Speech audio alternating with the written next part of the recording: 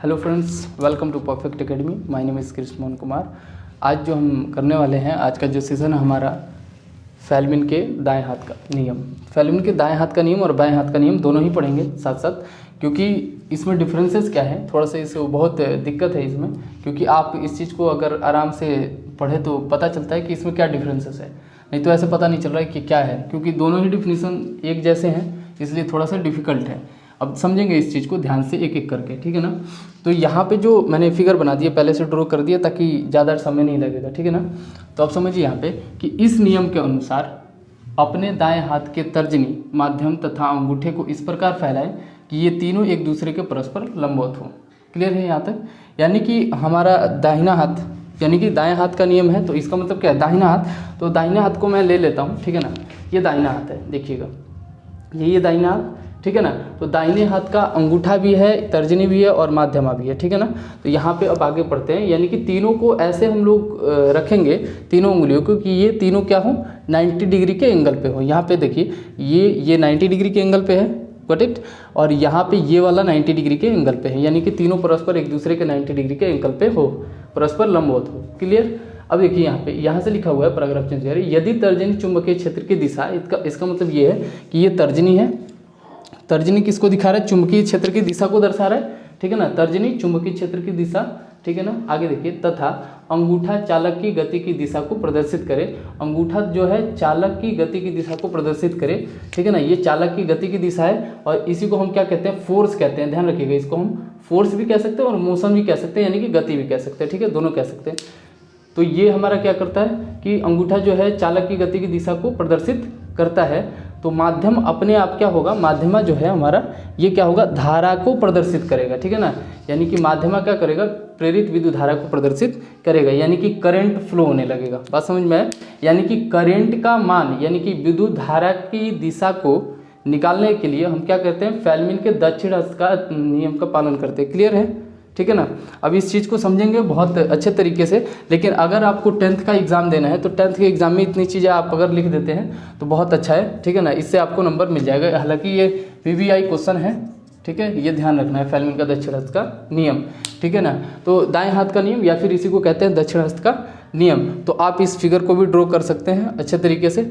थोड़ा सा आप इसको लिख लीजिए, उसके बाद मैं वाम हस्त का नियम भी बता देता हूँ।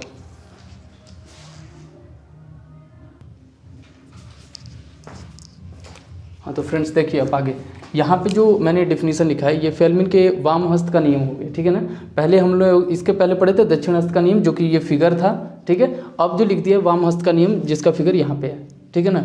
तो वाम हस्त का नियम क्या है? इस नियम के अनुसार, दोनों ही सेम है लेकिन थोड़ा सा डिफरेंस है। इस नियम के अनुसार अपने बाएं हाथ की, ठीक है ना, यहाँ पे बाएं कर लेना, बाएं हाथ की तर्जनी, माध्यमा तथा अंगूठे को इस प्रकार फैलाए कि ये तीनों एक दूसरे के परस्पर लंबवत हो, ठीक है ना। यदि तर्जनी चुंबकीय क्षेत्र की दिशा, तर्जनी हर बार चुंबकीय क्षेत्र की दिशा को दर्शाएगी, तथा माध्यमा, यहाँ पे चेंज कर दिया गया है, अंगूठा था तो यहाँ पे माध्यमा हो गया। माध्यमा चालक में प्रेरित विद्युत धारा की दिशा को प्रदर्शित करेगा, ठीक है। इसी कारण क्या होगा, तो अंगूठा चालक में गति की दिशा को प्रदर्शित करेगा, ठीक है, ये निश्चित हो गया, ठीक है ना, कि करेगी, ठीक। ये माध्यमा क्या कर रहा है, माध्यमा चालक में प्रेरित विद्युत धारा की दिशा को प्रदर्शित करे तो अंगूठा चालक में गति की दिशा को प्रदर्शित करेगा। क्लियर है आपको? अब देखिए यहाँ पे फिगर के द्वारा इसको थोड़ा सा समझ लेते हैं। फिगर को समझना जरूरी है। देखिए यहाँ पे जो वाम हस्त का नियम है, तो अगर वाम हस्त की बात करें, ये तो दायां हाथ था, ठीक है ना, तो ये दाहिना हाथ था। अगर वाम हस्त की नियम करें तो देखिए ये फिगर जो है ऐसे है, ठीक है ना, ऐसे है। इस फिगर को हम ऐसे भी बना सकते हैं, कोई दिक्कत नहीं है, ठीक है। ऐसे है तो ऐसे भी बना सकते हैं, इसमें कोई दिक्कत नहीं है। तो अब देखिए ये ऐसे मैंने कर दिया है, तो इसका मतलब ये है कि विद्युत धारा की दिशा इधर है, ठीक है, और अंगूठा जो है इधर क्या है, बल की दिशा, और ऊपर क्या है, चुंबकीय क्षेत्र की दिशा। बल कह सकते हैं इसे, या फिर इसी को क्या कह सकते हैं, मोशन, MOTION, मोशन। क्लियर है? अब देखिए इसी को हम क्या कहेंगे, फेल्मिन का वाम हस्त नियम। और वाम हस्त नियम मैंने बता दिया कि कैसे, यहाँ पे डिफिनीशन है और यहाँ पे फिगर है, आप देख सकते हैं, ठीक है ना। लेकिन इसको मैं बहुत अच्छे तरीके से दोनों को, इसको मिटाऊंगा ये, ठीक है ना, इसको रफ करूंगा, ये पूरा क्या है, इन दोनों का डिफरेंसेस बताऊंगा, इन दोनों में डिफरेंसेस क्या है, ये किस पे काम करता है, ये किस पे काम करता है, ये किसके लिए काम करता है, कैसे काम करता है, क्यों काम करता है इसको आगे देखते हैं। पहले मैं इसको थोड़ा सा मिटा दूं क्योंकि ताकि मुझे फिगर बनाने में थोड़ा सा आसानी हो, ताकि मैं फिगर के तरीके से थोड़ा सा आप बता सकूँ आपको, ठीक है ना। तो थोड़ा सा वीडियो को पॉज करना होगा। हाँ, तो आइए एक एक करके समझते हैं इस चीज़ को, ठीक है ना, कि कैसे ये होगा, ठीक है।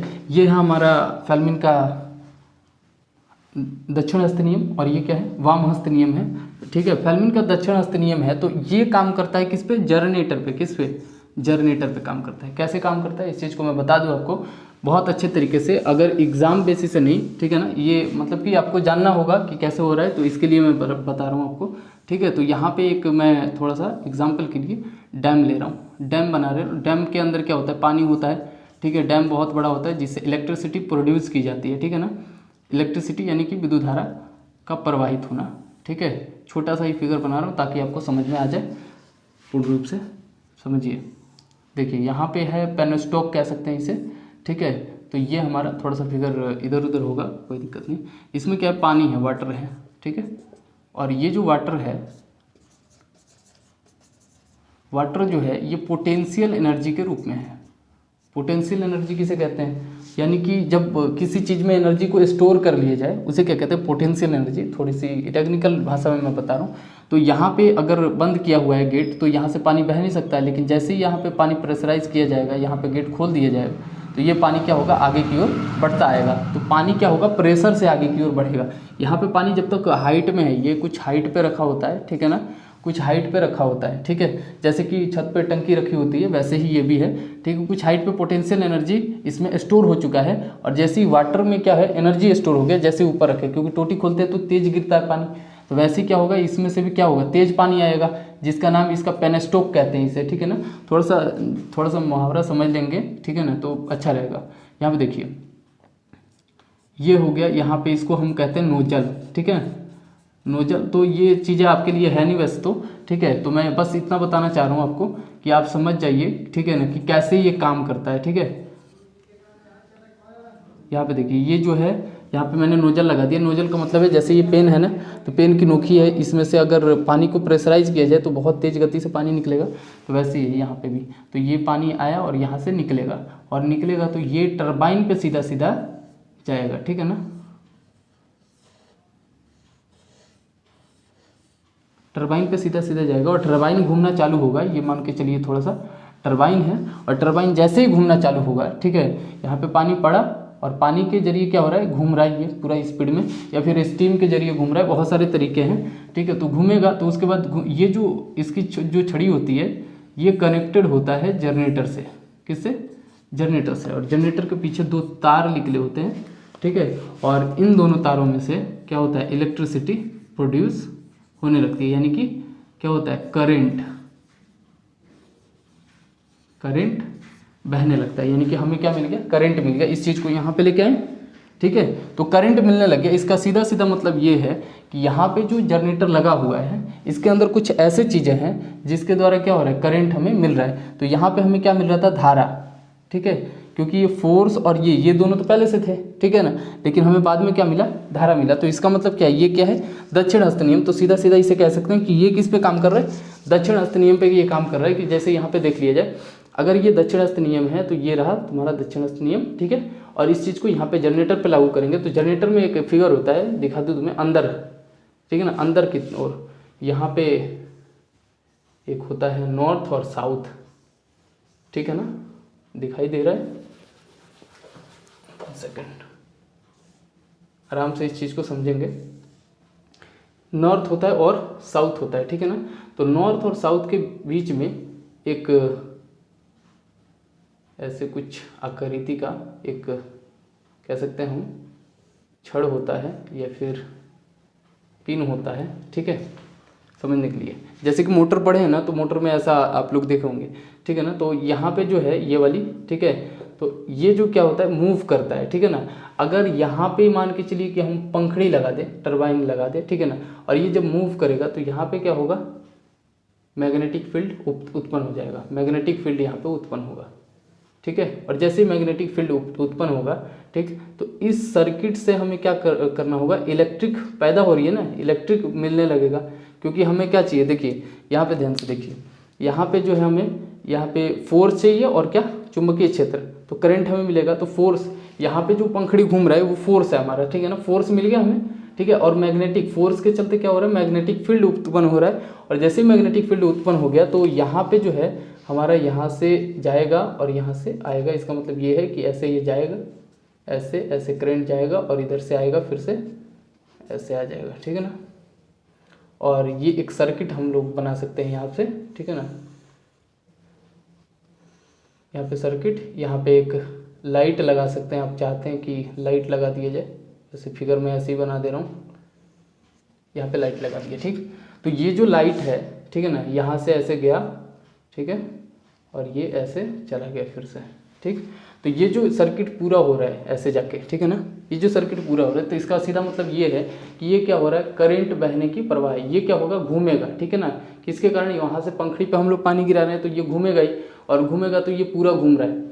घूमने के चलते यहाँ पे जो है, यहाँ पे कार्बन रॉड वो लगे होते हैं जो कि ब्रश कहते हैं जिसे, ठीक है ना, कार्बन ब्रश। तो कार्बन ब्रश यहीं पे लगे होते हैं, वो किसके, एक रिंग होता है यहाँ पे, ठीक है ना, रिंग टाइप जुड़े होते हैं दो, और इसी के रिंग्स की सहायता से क्या होता है, ये घूमता है, ठीक है ना। तो घूमेगा तो यहाँ पे जो इलेक्ट्रिक करंट फ्लो हो रहा है, ठीक है ना, तो इस इलेक्ट्रिक के कारण ये लाइट जलेगी, ठीक है। तो ये क्या है, ये इसको हम कह सकते हैं जनरेटर, जनरेटर का प्रोसेस है ये सीधा सीधा। और ये जनरेटर क्या है, किस पे लागू हो रहा है, ये फेल्मिन के दक्षिणावर्त नियम पे लागू हो रहा है। समझ गए होंगे शायद, ठीक है। I hope you are getting this my dear friends. तो अब देखिए इस चीज़ को, यहाँ पे ये चीज़ किस पे था, जनरेटर पे। इसका सीधा सीधा मतलब क्या है कि ये जो जितने भी प्रोसेस होते हैं, यानी कि ये जो दक्षिणावर्त नियम है, ये किस पे काम करता है, जनरेटर पे काम करता है, ठीक है ना। जनरेटर से हम कैसे करंट उत्पन्न करते हैं, इस प्रोसेस को किस पे, जनरेटर से हम कैसे करंट उत्पन्न करें, ठीक है ना, ये कौन बताता है, दक्षिणावर्त नियम, ठीक है। लेकिन वाम हस्त नियम किसको बताता है, वाम हस्त नियम जो है मोटर को बताता है। मोटर भी ऐसी फिगर होता है अंदर का, ठीक है ना। तो ये किस पे काम करता है, मोटर पे, ठीक है, MO मोटर कह सकते हैं, ठीक है ना, मोटर पे। ये किस पे काम करता है, मोटर पे काम करता है। तो मोटर पे सीधा मतलब क्या है कि यहाँ से जो हम करंट दे रहे हैं, इसमें भी AC DC होता है, उसको बाद में चर्चा करेंगे, ठीक है ना, बहुत ज़्यादा लंबा हो जाएगा वीडियो। यहाँ पे देखिए जो मोटर है, ठीक है ना, तो ये वाम हस्त नियम जो है किस पे काम करेगा, हमारा जो वाम हस्त नियम है यही है बायां हाथ का नियम। तो वाम हस्त नियम जो है किस पे काम करेगा, मोटर पे काम करेगा।